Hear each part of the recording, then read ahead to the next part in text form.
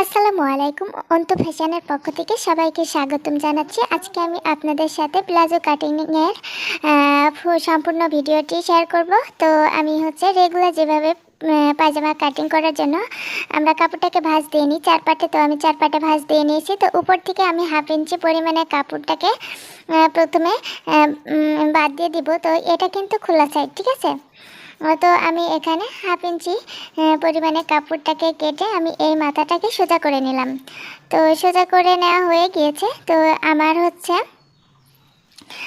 এখানে টোটালি 40 ইঞ্চি পরিমাণে কাপড় রয়েছে। তো আমার পায়জামার লম্বাটা হবে 39 ইঞ্চি। তো 1 ইঞ্চি আমাদের কিন্তু সেলাই মার্জিনের জন্য রাখবো। তো এই পায়জামাটার জন্য কিন্তু রাবার ঘরটা আলাদা করে কেটে নিব। তো আমি এখানে হাই নিলাম 14.5 ইঞ্চি। যার যত লম্বা হবে তার থেকে 3 ভাগে ভাগ করতে হবে এবং তার সাথে আরও 1.5 ইঞ্চি যোগ করতে হবে। তো যত হবে ততই কিন্তু হাইয়ের লম্বাটা হবে। এবং সাইডে 2 ইঞ্চিতে আমি আবারও মার্ক করে নিয়েছি। তো একটাকে আমি হাইয়ের রাউন্ড শেপটা দেওয়ার জন্য তো এখানে রাউন্ড শেপটা দিয়ে নিচ্ছি। একেবারে ভিতর থেকে রাউন্ড শেপটা দিতে যাবেন না, তাহলে কিন্তু টান পড়ে যাবে। এখন পায়ের লুজটা নিয়ে নিচ্ছি। তো আমি এটাকে আমি 10 ইঞ্চি পরিমাণে নিয়েছি সেলাই মার্জিনের জন্য 1 ইঞ্চি। তো 9 ইঞ্চি নিয়েছি আর সেলাই মার্জিনের জন্য 1 ইঞ্চি। তো মোট 10 ইঞ্চি হলো। তো আমি এটাকে এই যে মার্জিনটা টেনে নিলাম হাইয়ের সাথে।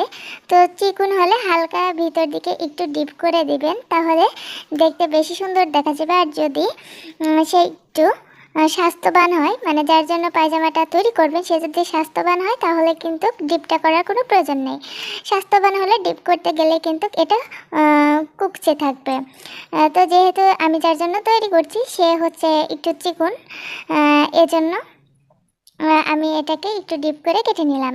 তো এই যে মুহুরির দিক থেকে জয়েন্ট ছিল, তো আমি এটাকে ছাড়িয়ে নিলাম এবং এই যে এখান থেকে যে পার্টটি কাপড়টা এসলো আমি এখান থেকে রাবার ঘরের জন্য এখন কাপড়টা নিয়ে নিব।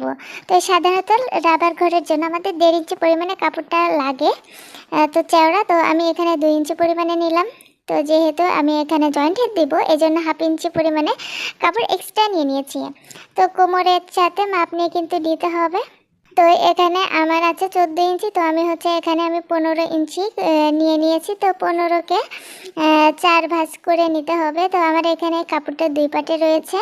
তো আমি কিন্তু টোটালে 30 ইঞ্চি করে এটা লম্বা নিলাম এবং চওড়া নিয়ে নিয়েছি 2 ইঞ্চি। তো দেখতে পাচ্ছি এখানে কিন্তু টোটালি 2 পাট রয়েছে। তো এই যে আমি এখন এই মার্ক অনুযায়ী এটাকে কাটিং করে নিব।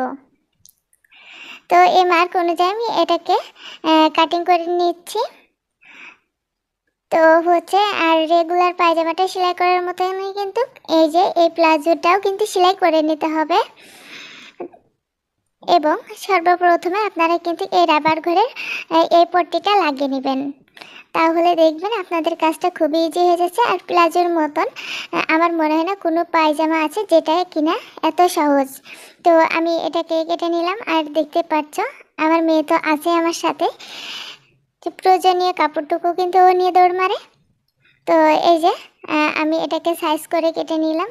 তো বন্ধুরা, আজকের এই সহজ ভিডিওটা তোমাদের কাছে কেমন লাগলো অবশ্যই কমেন্টে জানাতে একদম ভুলো না। আর যদি ভিডিওটি ভালো লাগে তাহলে ঝটপট চ্যানেলটিকে সাবস্ক্রাইব করে আমার এই ছোট্ট ফ্যামিলির সদস্য হয়ে যাও। ধন্যবাদ জানাচ্ছি সবাইকে এতক্ষণ আমার সাথে থাকার জন্য। খোদা হাফেজ।